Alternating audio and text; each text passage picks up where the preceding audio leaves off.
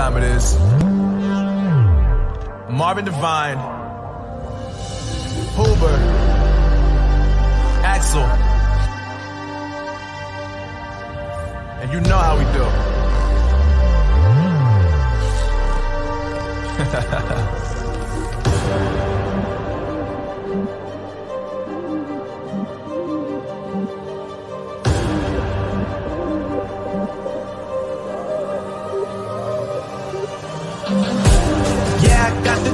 Yeah, I got the juice.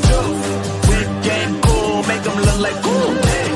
Always play it cool, that's the biggest rule. Forget what they doing, keep on doing.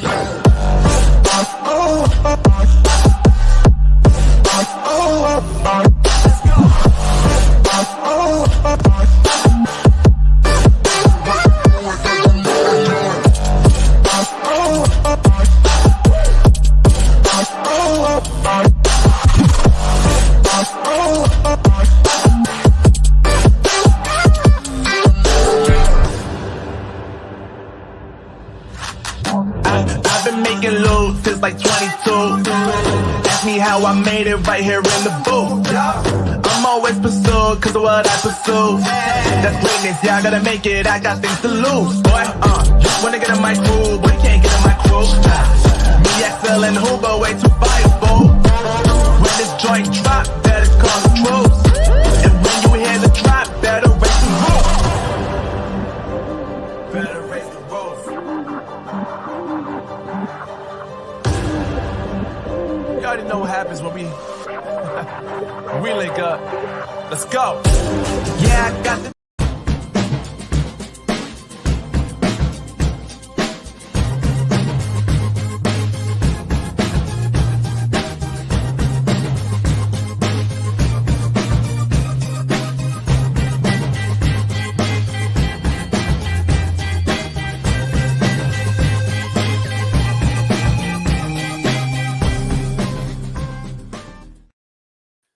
Good morning, good evening, good afternoon, wherever you're watching from, and welcome to another episode of Kidney Hub East Africa. I am half your host, Steve, the Kidney Nurse. Thank you guys for watching the show. Now, today, we're going to talk about something that you don't hear a lot about. You hear about it, but it's behind the scenes. You may experience advanced care planning when maybe you have a loved one that's in a nursing home or rehab or at dialysis, and you may hear this as advanced directive, other names for it, but you hardly hear about advanced care planning or ACP in the general population like today. You're not going to see any other show, okay? I give that a 98%. I'll give it a 2% margin that somebody else, like a big company, could talk about it. But you don't see any other kidney education show or other health show on social media as far as YouTube, Facebook, Instagram, Twitter, or X, or TikTok, talking about advanced care planning or advanced directives. What would you do if something were to happen to you? Now, before I bring on Brother Moses, all the way from Nairobi, Kenya, let's talk about what advanced care planning is. Advanced care planning is a process which allows you to make plans about your future health care. If there's a medical emergency. Now, let's not kid ourselves and be in denial and say that medical emergencies can't happen, because they can. And especially if you have a chronic condition such as kidney failure. You may have seen it, you may not have seen it. You may have witnessed it, you may not have. But if you pass out on dialysis or render unconscious, and if there's a single misstep in getting to you and starting that life-saving measure, depending on what you decided you want the clinic to do, that can determine how your quality life is going to be. And you may not want certain things to happen. So we're going to talk about that. We're going to talk about what advanced care planning involves. We're going to talk about the different types. And then we're going to talk about the myths. We're going to talk about the myths of advanced care planning. Again, this is something you don't get to see or hear about unless it's knocks on your door and you have to do it. But what are people supposed to do if you're unconscious and you never thought about this, but to yourself, you always say you didn't want to be intubated or a tube down your throat, and now you find yourself waking up with a tube down your throat. So let's bring on the other half of the show and co-host, Brother Moses, or AKA the Kidney Ambassador.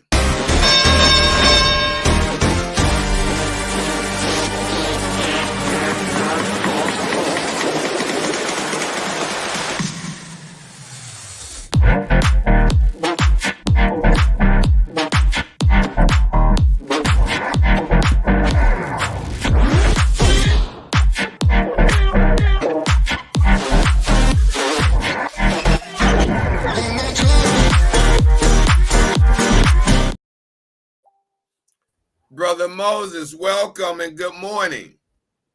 Good evening, Brother Steve. How are you? Good evening. That's what I meant to say, because it's 8 o'clock or 8:14 Nairobi time.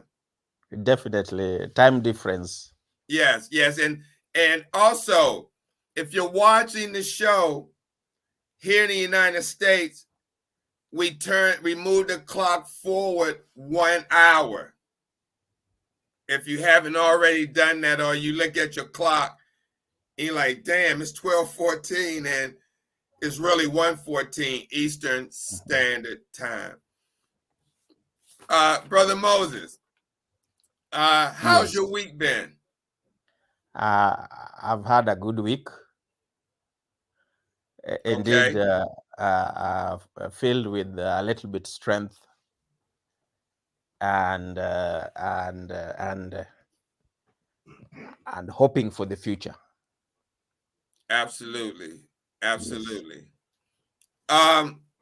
So, Brother Moses, as we talked about before the show, and I asked you about advanced care planning, or ACP for short. Now, advanced care planning, as I mentioned in the beginning of the show, is a process which allows you to make plans about your future health care if there is a medical emergency. Now, is there any such thing like this in Kenya? Oh, yes, it does exist. Reason being, when one is hospitalized, normally the entire the care team is aware that in any eventuality, something can happen.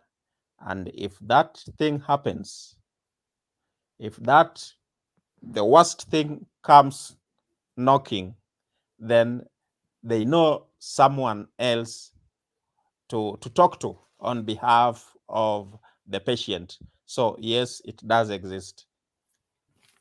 Okay. Now, let me ask you, at the dialysis center, do they come to you and ask what you want done if something should happen while you're on dialysis? Like if you want life-saving measures, like CPR, if you become unconscious during treatment, if needed, or what we have here in the United States called DNR, do not resuscitate. Is there anything such over in Kenya during dialysis? Well, given the African setup, more so here in Kenya, it is assumed, it is something assumed that doctors are mandated to do anything to save your life, not anything that can give you can cut your life short. Or to them, to us here in African setup, people tend to believe that doctors are there to save them to the very last minute. So just like saying, do not resuscitate, it's like to most caregivers, when such orders are given, then it's like negligence on part of medics. But that is not the case, though it is the culture that patient and caregivers should strive towards saving life. It doesn't matter whether that life is quantitative or quantitative. Yes. So let me ask you this. So what if you have a person that's 90 years old that's undergoing dialysis? And here in the United States, right now I have patients that I work with that are 90, 92, 93 years old. And you look at them, you wouldn't think that they're that age, but they are. And even one of them still drives and go to dialysis in the 90s and still drives. Wow, such an inspiration.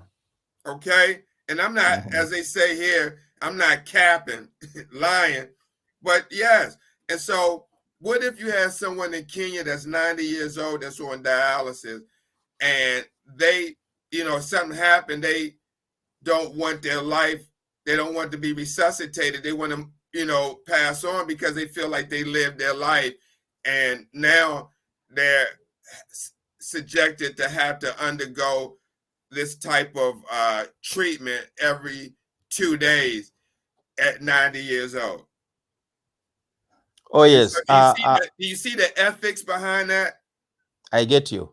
It means maybe at 90 years old, someone, there's nothing left now that like you are living on a bonus, right?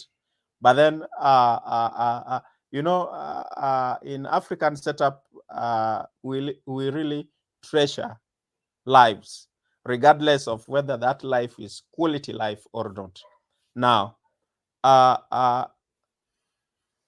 when you approach caregivers as a doctor, maybe as a physician, that now this old man, 90 years old, is not supposed to live, or is supposed now to rest. Such discussions are there, just like when somebody is 80 years old and then has some comorbid factors that makes him not a better candidate for transplant, then such families can be advised on accordingly and left to make a decision on behalf of their loved one. Yes, it does happen. So let's talk about what advanced care planning actually involves. Okay. Now, it involves thinking about your values and beliefs and how they would guide your treatment choice. It involves learning about different medical procedures and what they can and cannot do.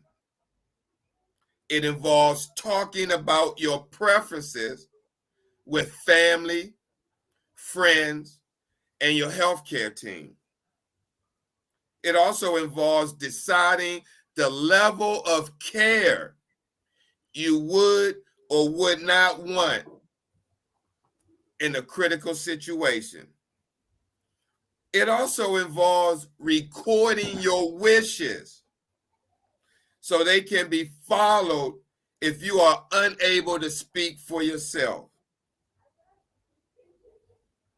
And lastly, it involves sharing your advanced care decisions with healthcare agent, family, and medical team. Brother Moses, I was just sitting here thinking, is somebody over there in East Africa? I know you said the culture and it's about sustaining life and doing everything you can, but if somebody recorded their wishes so it could be followed if they're unable to speak, if they don't want something done, that's not honored? It is. It is basically if it is documented, just like a will, then it can work. If one decides that now when I pass this on,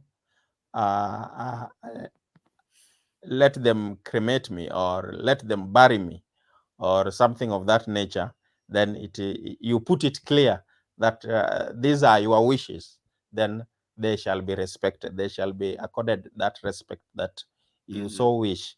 But then sometimes there are scenarios where when you say maybe I should not be put on a life-saving machine, you know, that when you are at your worst point sometimes, or people know that you are about to pass, that is funnily one funny thing again about a culture here, that when you're about to pass on, or there is no future for you now, people want to cry, to wish how you would be there, not to die, so such like sympathizers will also insist that, oh no, we are not allowing that to happen.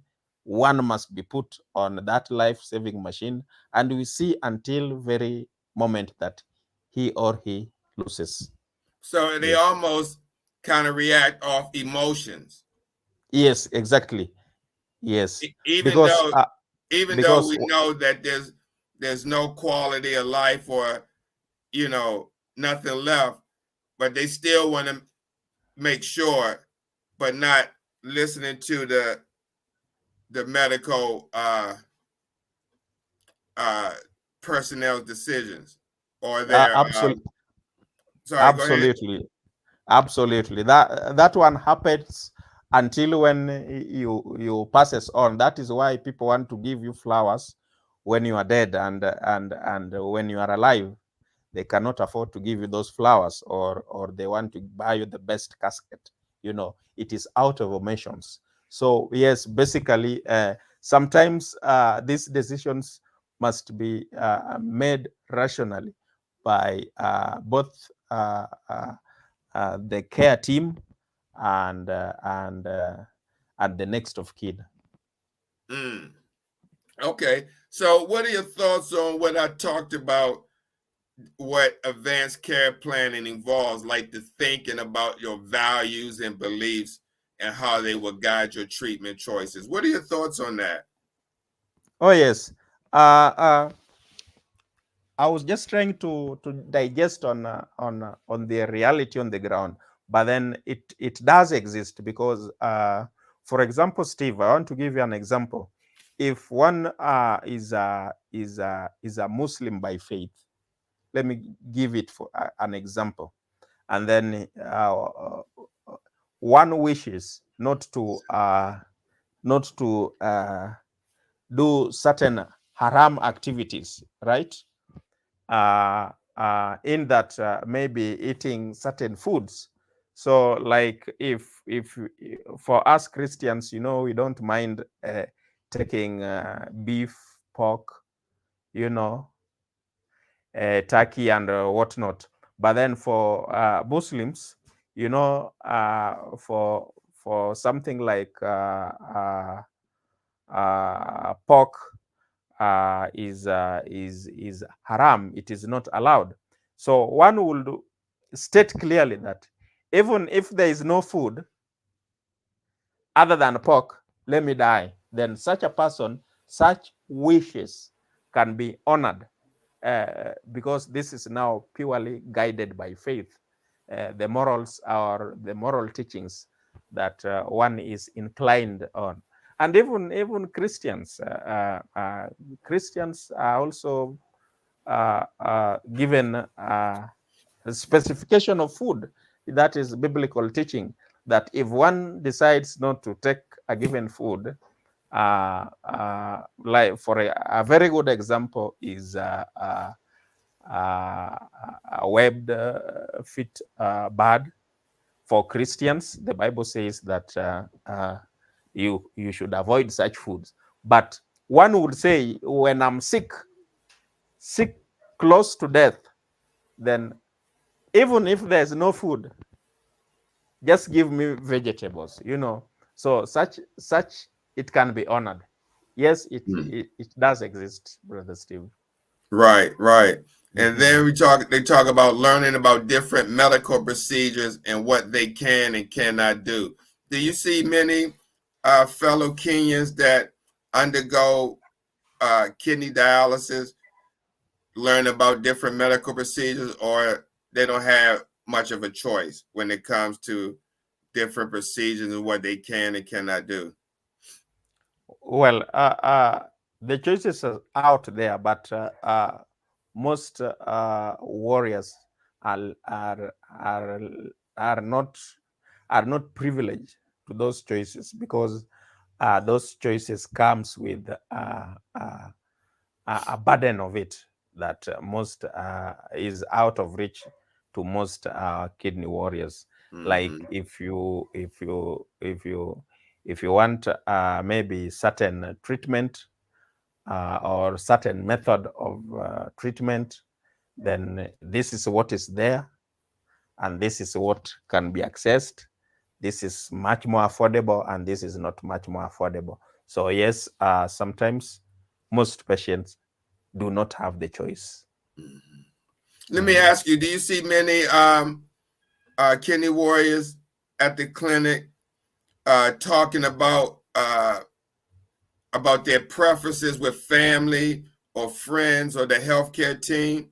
Or is it a stigma to talk about your health with your family or other warriors or friends, or even with your health team? Well, there are so many warriors that they have broken the boundary of that stigma. However, majority still are faced with that stigma of not sharing their health condition or experiences. But there are few, there are a reasonable number that also share their information, but not as much as those who want to make it a secret to themselves. Yeah, thank you, Miss Elizabeth. Yeah, this is informative, and unfortunately, when it comes to kidney disease education and in my experience doing this, you don't get a lot of turnout. Like, you're the only one here. We had up to maybe 2 people, and then it's 6 on TikTok watching me. But when you have very informative information such as this, and even though I guess many people don't want probably hear this type of information on the Sunday morning or Sunday evening, but when you in your darkest hour or something happen, or when it shows up on your doorstep, and something happens and you didn't want something to happen, but you didn't have anything in place and you find yourself in this situation, it's always good just to have information at hand, especially if you undergo kidney dialysis, because you just never know. Brother Moses, have you thought about, or have it came to thought of deciding the level of care that you would or would not want in a critical situation? And is this often talked about in East Africa among fellow warriors? I'm sure it's not, because it's not here, but just the thought of what one would, the level of care one would or would not want in a critical situation. Well, just like you've mentioned earlier, Brother Steve, you know, people's desire is like, if you read people's behavior and desire, is like they want to live permanently. They do not want to talk about end to life, that after birth, after life there is death. But then the truth is, until when it is knocking, that is when some might decide now to put things in order. But then people just want to be left that way without thinking about what happens should the worst hit. So yes, it is not good news to every one of us, but then it is a reality that it is knocking. Yes, and especially one, if I was undergoing, I'm just speaking for myself, if I was undergoing kidney dialysis, I would share my advanced care. That's just me, what I would do with my family. I mean, I've already done that with my daughter. If something should happen to me that renders me unconscious, or I'm not able to make decisions for myself, what I want done.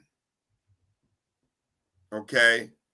If I'm on the brink of death and they say, well, if we save your dad, then he may be a vegetable and no quality of life, or we can just pull the plug. Hey, Miss Isabel, thank you for joining. We can pull the plug. I don't want to be a burden on my daughter. I don't want to be in some rehab or nursing facility for the rest of my days here, and being, if I can't do anything for myself, like my activities of daily living or ADLs, like wipe myself if I got to go to the bathroom, or able to use the bathroom on my own.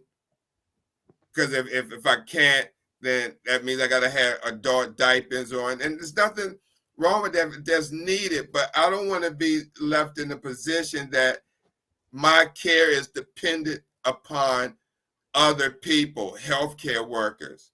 Now I'm left in the nursing facility and I can't move on my own, and I could develop wounds and stuff. I don't want that life. And a lot of people don't think about it, and they end up, I see it every day, Brother Moses, when I go to work, and they bring patients down for dialysis from the nursing home. Young people can't move, and I don't know, what got them in that position, but I'm speaking for myself, and this is something that if one is on life-saving support,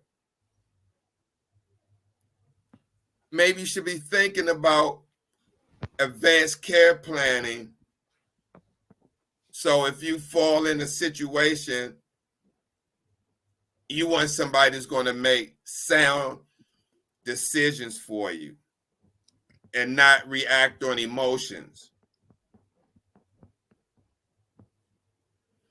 So we got a couple of comments. Miss Elizabeth Oldham says, I have advanced directives and I am interested in the management of my CKD as I am not on dialysis. Miss Elizabeth says, I'm sorry, Miss Isabel from South Africa. Is that right, Miss Martin? You from South Africa? And she said, yeah, I get it. She feel the same. But let's move on to the types of directives. But before we do, let's take a pause for a cause and do some education. We'll be right back after this kidney disease education moment.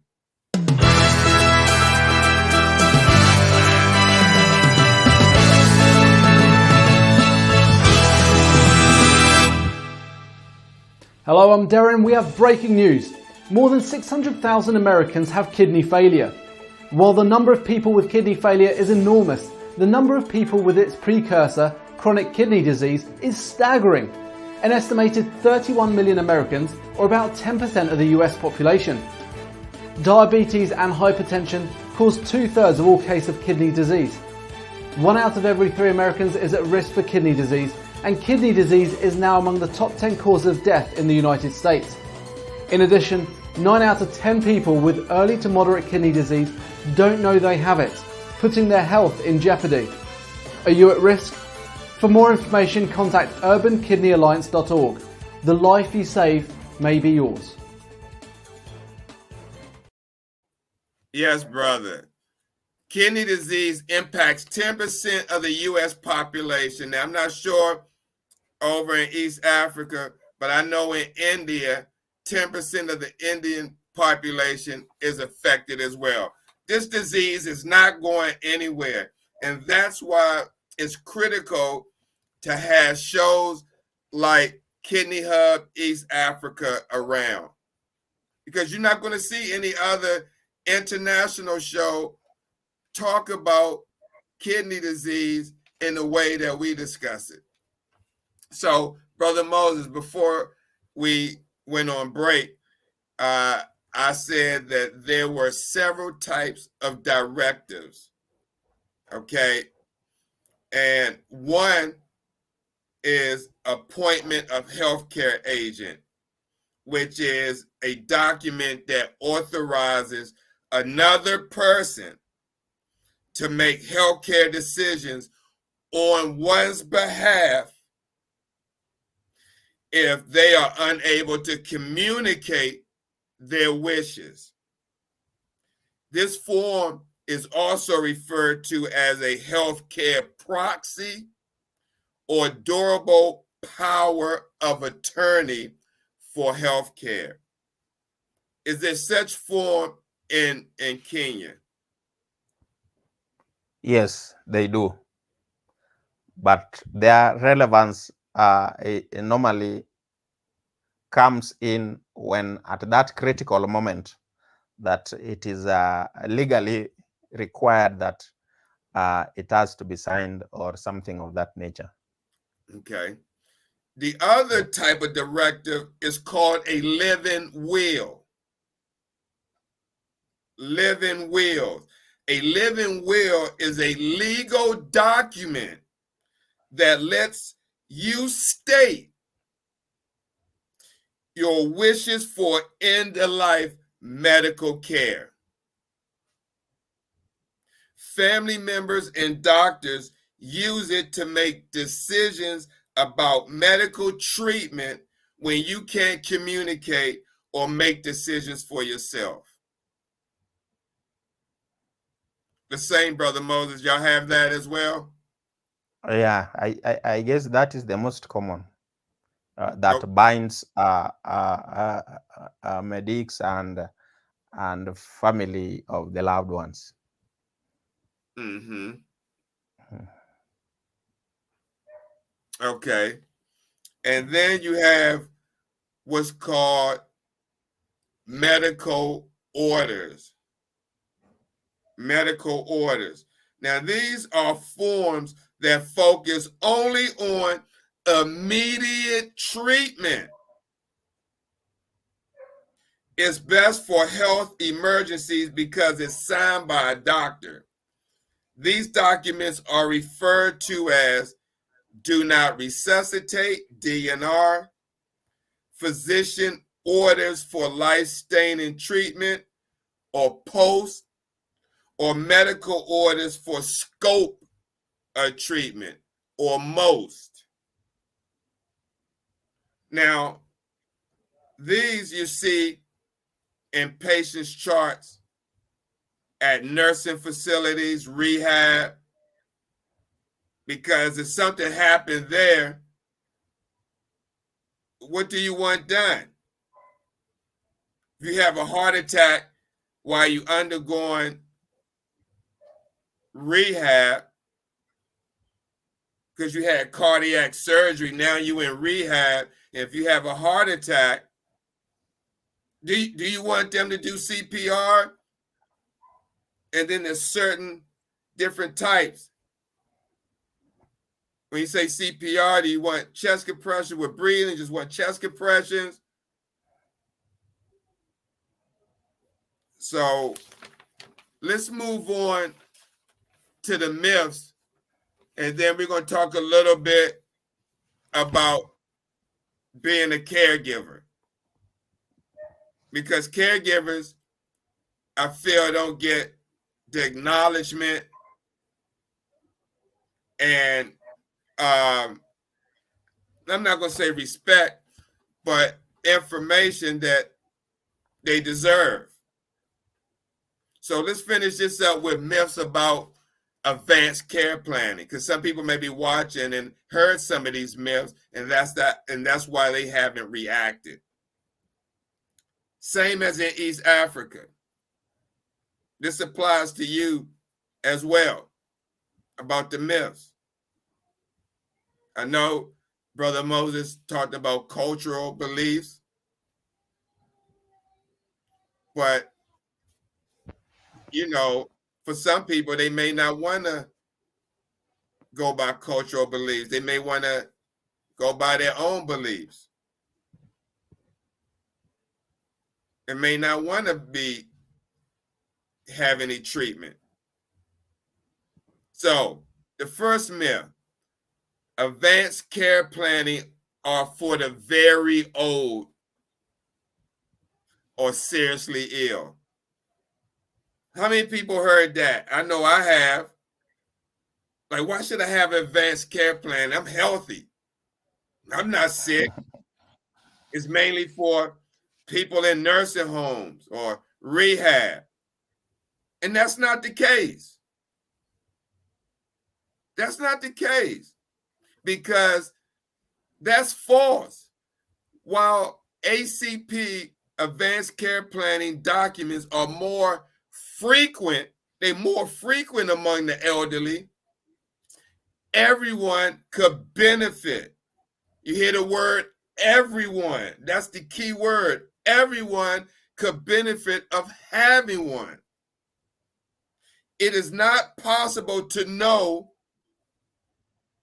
when a life-threatening event may occur. We don't know. For example, a car accident. You don't have no control on the other driver.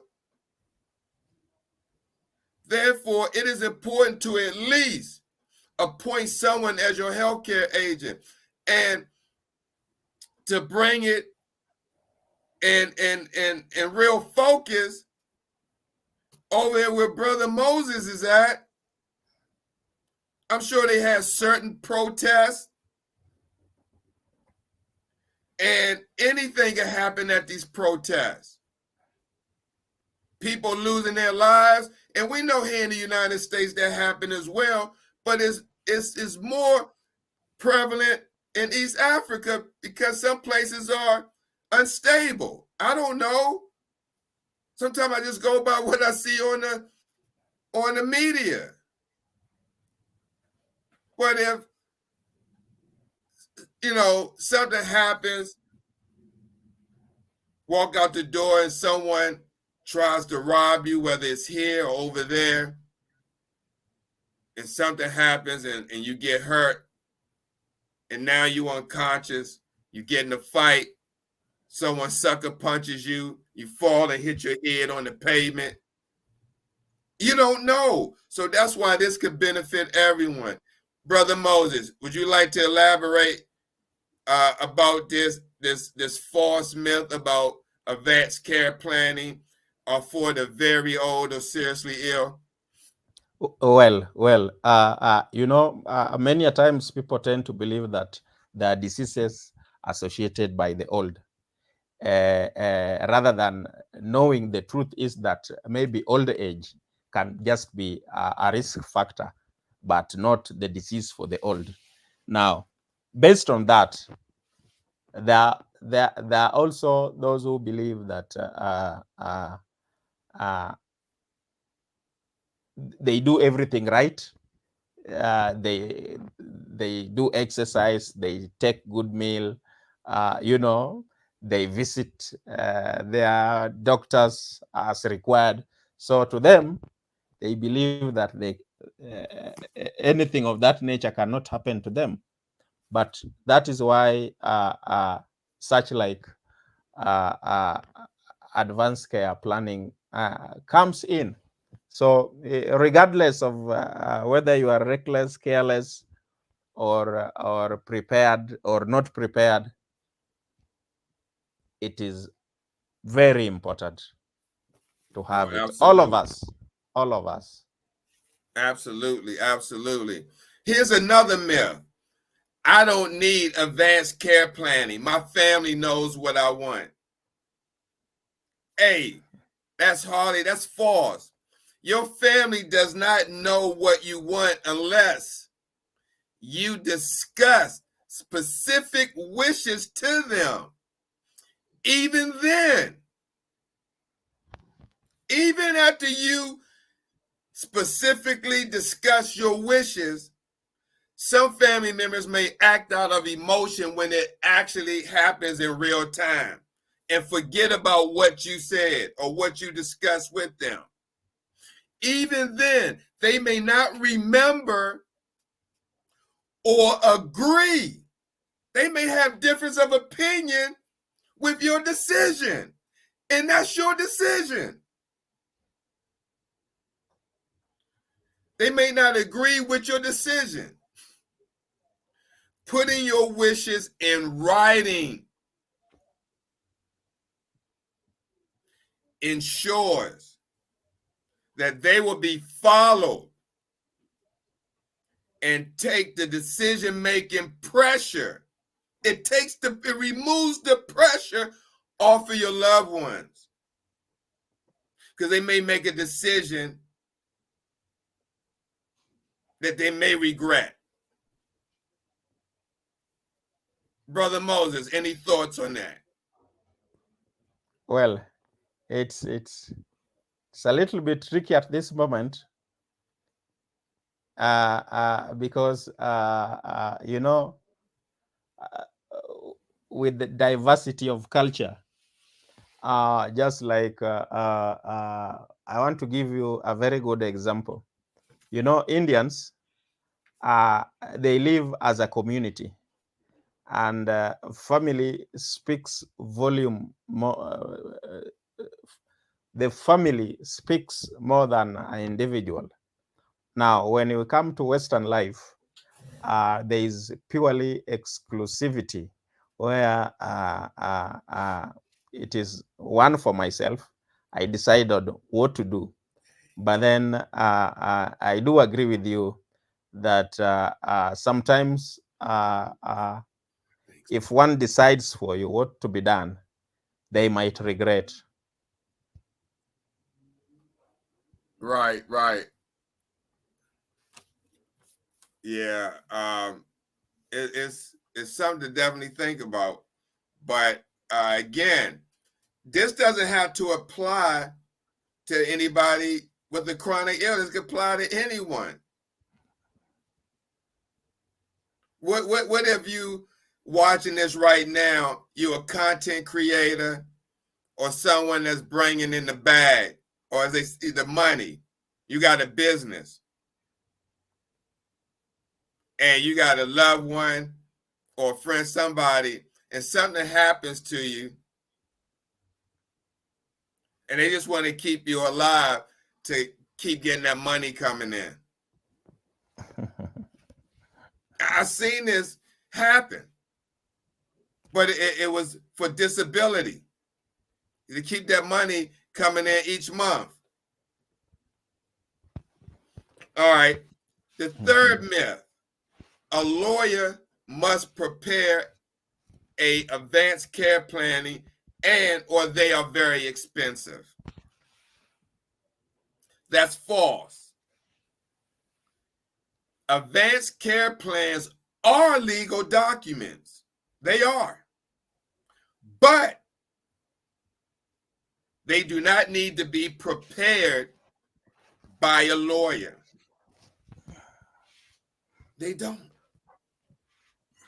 However, here in the United States, state law vary, and it's important to find the forms and signature requirements that apply in your area.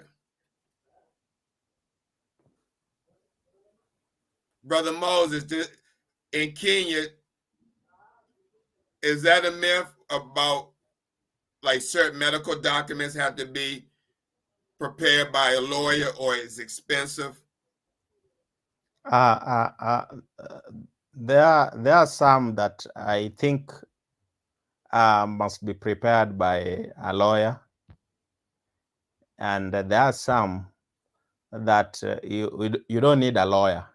They are only drafted by a doctor, and what they need is your consent, that you understand the reason why you are signing.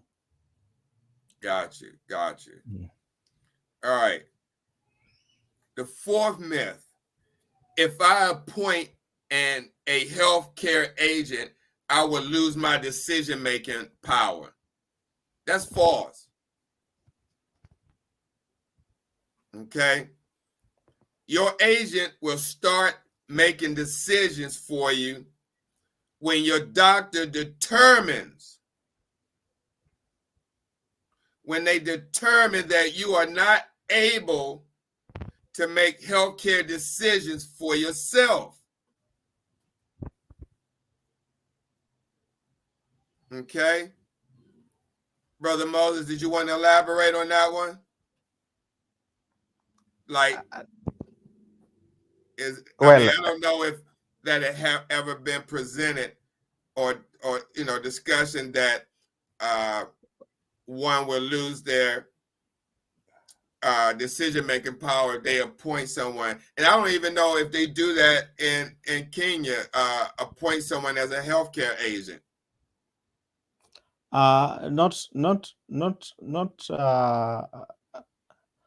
Not appointing someone as an agent, but then the roles just are transferred automatically to next of kin. So yes, where we still have. So let me ask you this right quick. Can someone override that? Like if I was in Kenya and I didn't trust my family, I'm just talking. If I didn't, and I had a friend in Kenya to make those decisions, can that happen, or it has to be family? Is that the law? Of if I write?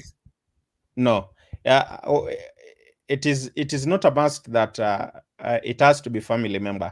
But then in most cases, the family members assumes the roles just automatically. But then if you have a better way of appointing someone or a friend that is not necessarily a relative, then he can pick up and maybe you can share with him or her your documents, in advance, so he's capable of making other decisions on your behalf. Maybe how to utilize your savings, you know, or the kind of the will that you would want to have. Okay. The fifth myth is an advance directive means do not treat. And that's false. Okay. An advance directive can express both what you want and don't want. Even if you do not want treatment to cure you, you should always be kept reasonably pain-free and comfortable. And this is right here as talked about dialysis. When we have new people that start, they got a form in their advance directive. What you want or don't want is something should happen to you during dialysis. Do you want life-saving measures? You just want breathing measures? Or you don't want nothing? And like I said, here you have people that's 80, 90, 70 years old on dialysis that made that decision. If something happens while I'm on dialysis, I don't want any life-saving measures. So what we do is somebody has a cardiac arrest on the machine and they have a do not resuscitate order. We rinse them back, we rinse their blood back, and we leave them be. Not we walk away and let them pass away. We're going to put O2. We're going to call 911. But we're not going to start CPR because they said that was their wishes. They didn't want that. You can't go against somebody's wishes, especially if it's documented.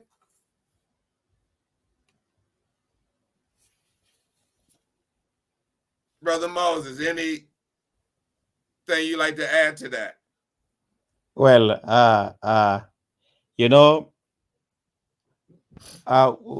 maybe speaking here in Kenya, we still do not have such advancement on legal matters or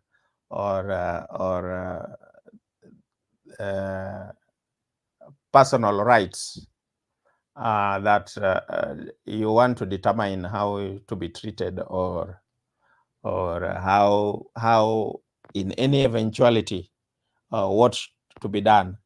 No, normally what is to be done is already prescribed, that they will try and save your life. Because one thing about the people of Kenya is that they don't want to talk about it, talk about death. No, they just leave it and nature will take its course. What will happen after or before or towards is none of their business. So if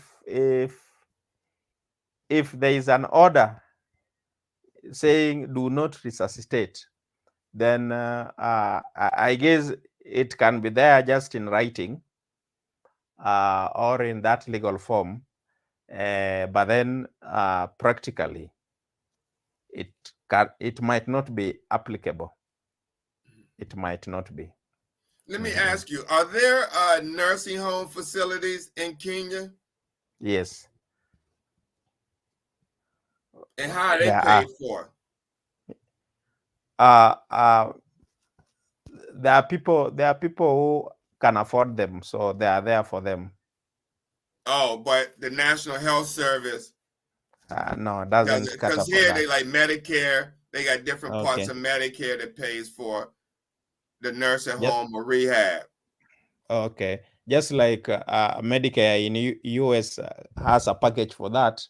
The National Hospital Insurance Fund in Kenya do not have a package for that. So maybe So let me there are ask you few. this.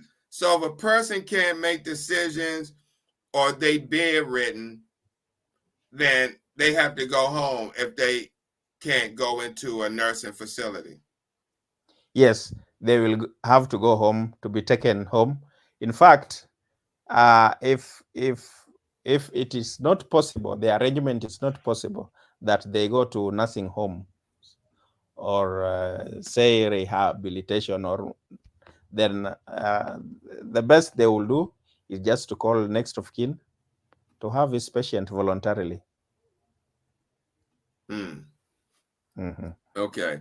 And the last myth, advanced care plans are permanent and cannot be changed. And that's false. You can change advanced care plan documents or cancel orders at any time. Anytime. Either in writing or verbally. Also, they should be reviewed when there's a significant life change or every 10 years. So if you've been watching this in the United States,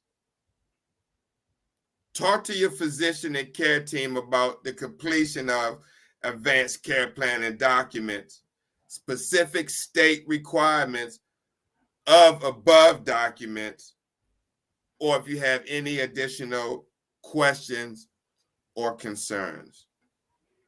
Brother Moses, before we just move on and talk a little bit, because we're almost down to time, I'm just going to talk about a little bit of being a caregiver.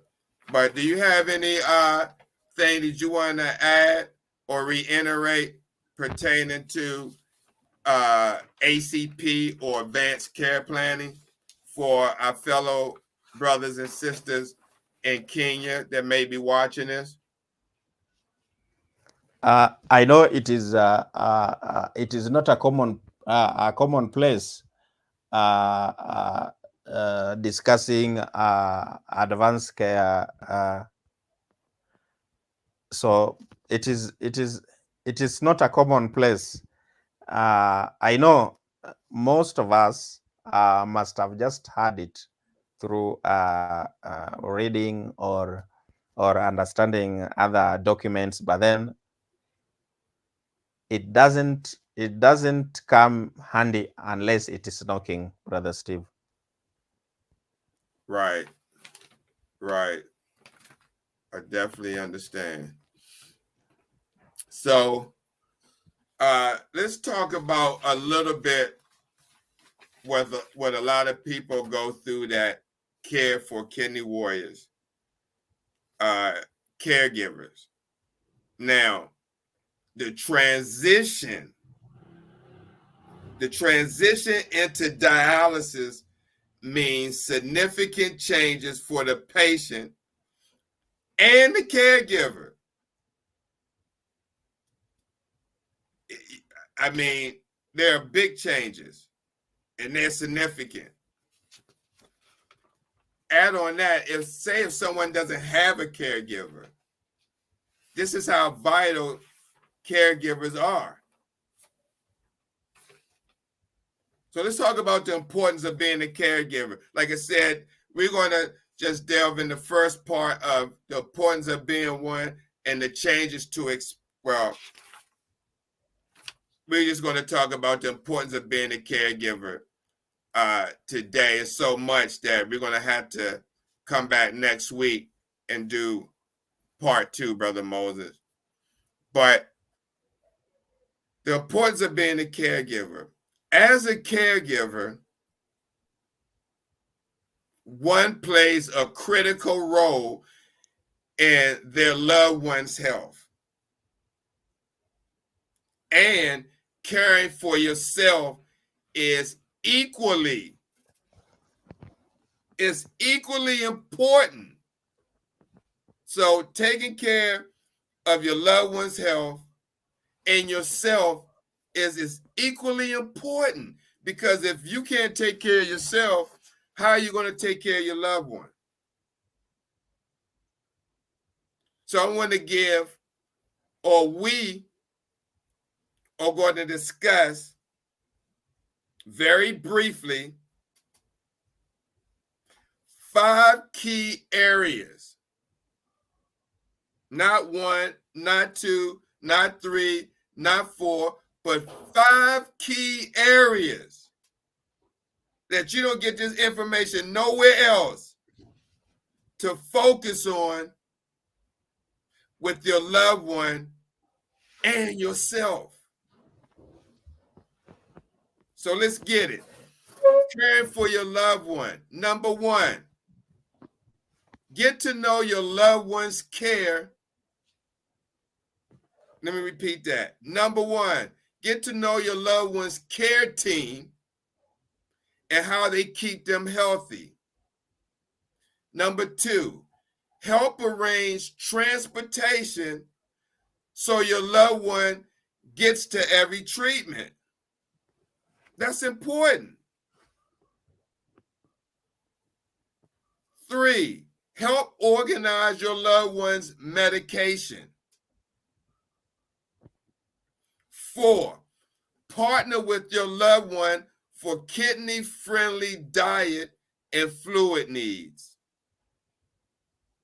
And number 5, communicate with your loved one about what they need most help with. Brother Moses, you have any comments on the 5 key areas to focus on with the loved one that I just went over? Now, I don't know if you have a caregiver, but can you elaborate on any of these 5 key areas? Getting to know your loved one's care team and how they keep them healthy, helping arrange transportation so the loved one can get to every treatment, helping organize the loved one's medications, partnering with the loved one for kidney-friendly diet and fluid needs, and communicating with the loved one about what they need most help with. Anything you want to elaborate on? Well, communicating with loved ones, especially those with chronic conditions like myself. Basically, communication is key in that if you don't talk about the journey, or if you don't talk about the challenges you are facing, then no one will understand what you are going through. And in fact, one need to be prepared mentally to, not to express anger, but then to share your story in a different manner, that the support system that you have understands how to handle you. Yes. Okay, thank you. Now, let's talk about the 5 key areas to focus on with caring for yourself as the caregiver. And I talked about this last night on TikTok Live. 1, know you are appreciated. Okay, know you appreciated as a caregiver.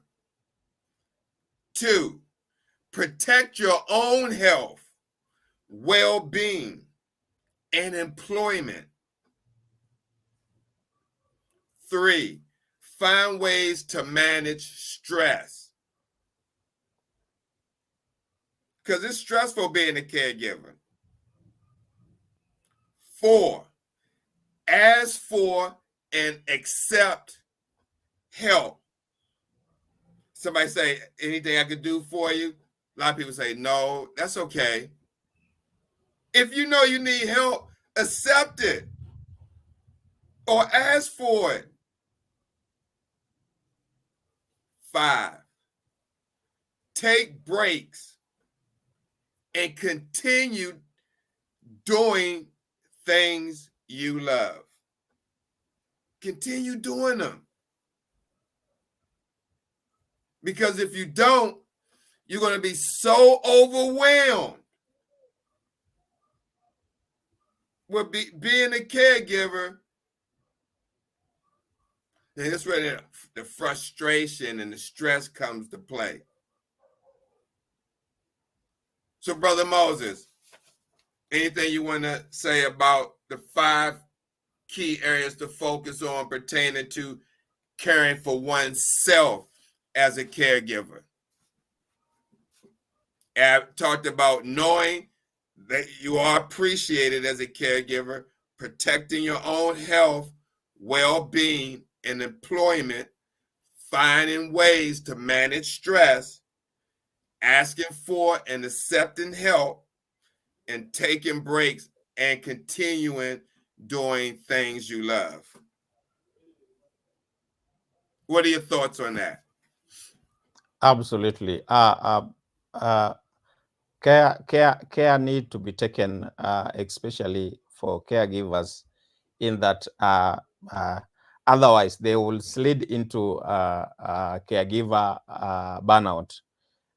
If they don't watch the stress, they can be overwhelmed, and then now they will be no longer productive as they will be expected if they slid into that caregiver burnout. So in other words, I will also just emphasize on what you have mentioned, that you must recognize that you are appreciated. Yes. All right. So I want to talk about,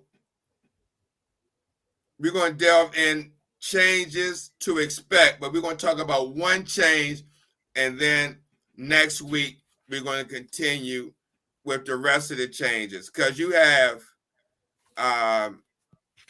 3 changes, okay, that one needs to look at or experience. Okay, these are the changes to expect when you have someone with kidney failure, kidney disease. Physical changes, what we're going to talk about now, and the rest we're going to talk about next week. But you got physical changes, emotional changes, and memory and thinking changes. Who's talking about this? You may hear it in the group. Some people say, I have feeling this way, I feel this way. So let's talk about the physical changes that many kidney warriors experience. This doesn't matter if you're in Kenya, Nigeria, Philippines, United States, India. Kidney disease causes, for many, because I can't say all, but for many, physical changes, because the patient's body is going through many physical changes while adjusting to dialysis. Let's talk about some of these changes that patients may.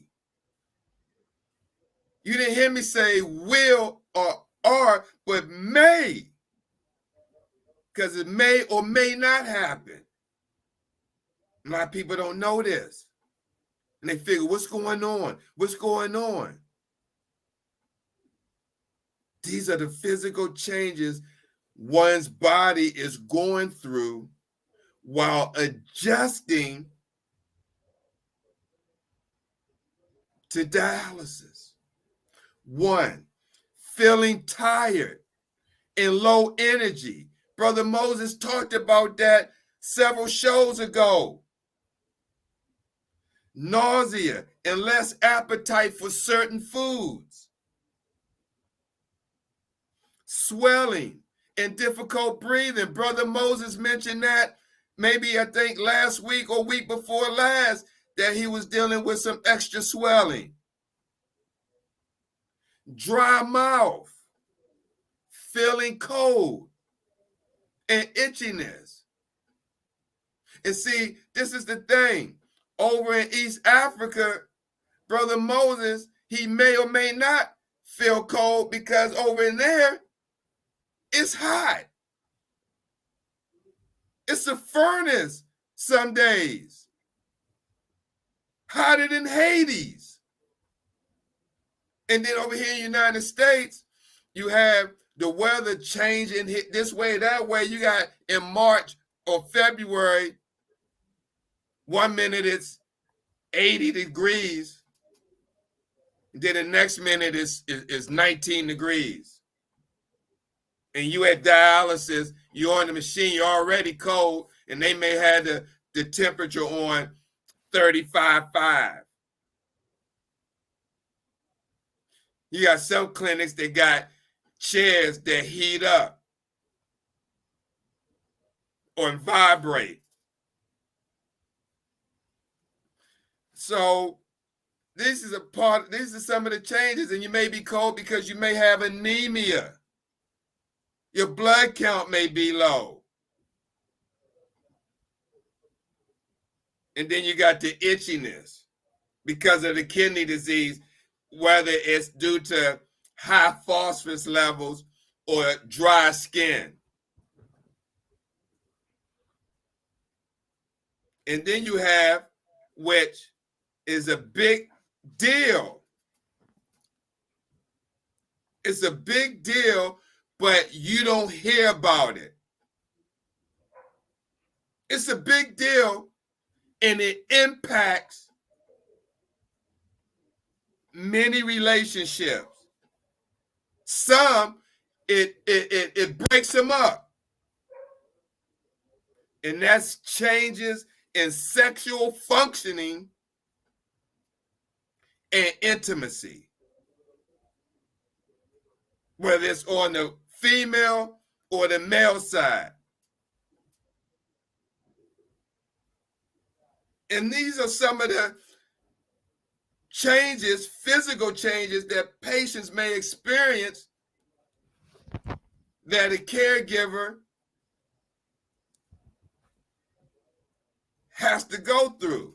So before we talk about how you can help as a caregiver, Brother Moses, do you have any comments on what I talked about, the physical changes patients may feel?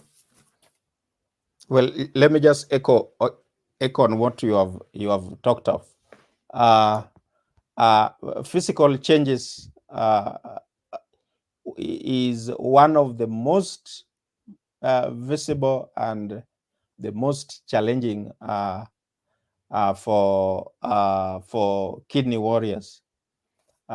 Myself, I experienced getting so much tired to the extent that doing things I used to love, I no longer have a feeling of maybe doing them, like, maybe watching a basketball play.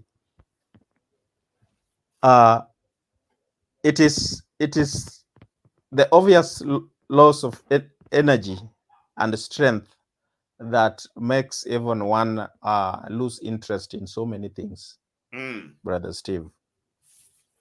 Wow. Okay. So here's how you can help as a caregiver when it comes to the physical changes. Wait a minute. 1, your loved one may feel better after regular treatments. So make sure that they go to all of them. And unfortunately, our brothers and sisters in Kenya are only allowed 2 treatments a week instead of the 3 treatments a week that's afforded to people here in the United States. Okay. 2, help your loved one find and prepare kidney-friendly meals that may decrease the symptoms. Oftentimes, the swelling and the difficulty breathing can come from fluid overload. The nausea and the less appetite for certain foods. This is where kidney-friendly meals come into play in getting your appetite back. As I talked about on TikTok earlier, or was it last night, there's a medicine that you can ask your doctor about if you don't have an appetite called Megace or Megastraw acetate, Megace for short, which is used for people with chronic illness, one who may have HIV or cancer, that lost their appetite. This would surely get your appetite back. And last but not least, support the right fluid and sodium intake recommended by the doctor when it comes to dry mouth. A lot of people just drink fluid. Ice chips and hard candy can help with dry mouth. Peppermints, lemon wedges, maybe getting a small spray bottle and put your favorite liquid in it and spray it in your mouth. Sports gum. So these are all ways to decrease dry mouth. So Brother Moses, this has been an informative show. Any last words, parting words you would like to say before we end the broadcast? Well, I want to encourage each one of us, especially kidney warriors, caregivers, and everybody out there to know that advanced care planning is a very important thing to incorporate into our lives in terms of preparedness. Whether you like it or not, it is coming, it is on your way. So the earlier the better you prepare for it. So we at the Kidney Hub East Africa, we discuss this fearlessly and without biasness, to just for educational purposes. But then it is only in this program that you will get the most unique and very important topics of discussion. So I want to encourage all of you to keep on watching every Sunday, same hour, same time, Brother Steve. Yes, absolutely. Because look, let's understand that no one likes to do dialysis. They do it because they want to stay alive. Dialysis is a life-sustaining treatment. And I can understand if nobody wants, they already go to dialysis, so many may not want to even hear any information about anything that deals with dialysis away from dialysis. I don't know, but you're not going to get any other show or kidney disease education videos in real time discussing these type of topics that impacts everyone that deals with kidney dialysis in some way, form, or fashion. If you're on dialysis or you're a caregiver to someone on dialysis, something we talked about today definitely has impacted your life if you're dealing with this. Whether it's from the physical changes to the emotional changes to the memory and thinking changes. And like I said, next week we're going to talk about the emotional changes and the memory and thinking changes because it's real. So with that being said, we'd like to thank everyone, as always, for tuning in to Kidney Hub East Africa. And I'd like to thank Brother Moses for continuing to be dedicated, even in the midst of what he's going through with kidney dialysis, going twice a week. And we're going to try to make it happen where he can go 3 times a week.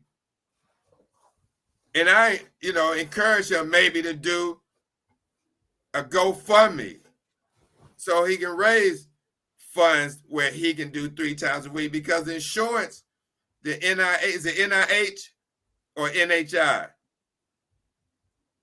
Is it NHI? Yeah, National Health Insurance Agency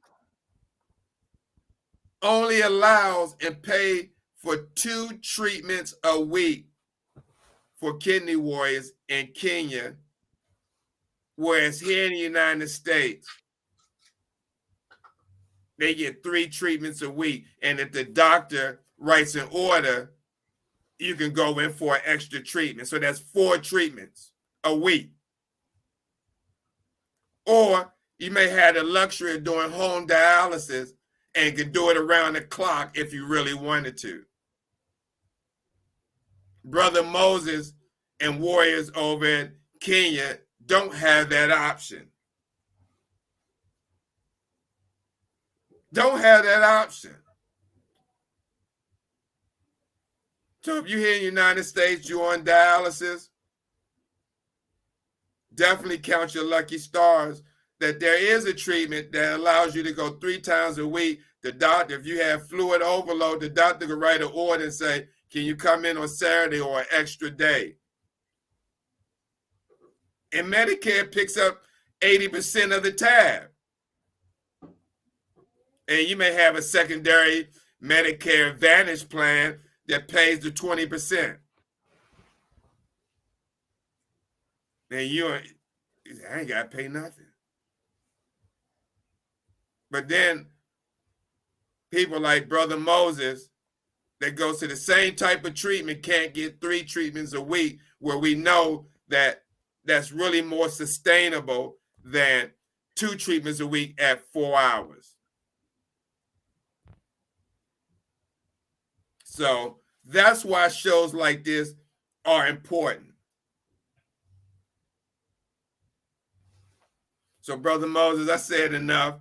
So again, thank you for being dedicated, taking the time out to do this, because I know in the beginning you came to me with the idea. I'm not sure who came to who, but for you to be dedicated in the midst of going through dialysis treatment, there may be days where you don't feel well, you still keep showing up. And like I said, thank you. And I want to do all I can to help you at least get treatment 3 times a week here and there. But it takes more than me. It takes, because you're just one of thousands of people doing this twice a week. So with that being said, Brother Moses, again, thank you so much for showing up each week, and look forward to next week's show where we can finish the discussion about changes to expect if you're a caregiver of your loved one that's going through dialysis. So any last words you want to say? Well, thank you so much, everyone, for watching. We appreciate you supporting this program, and we promise to deliver our best. Absolutely.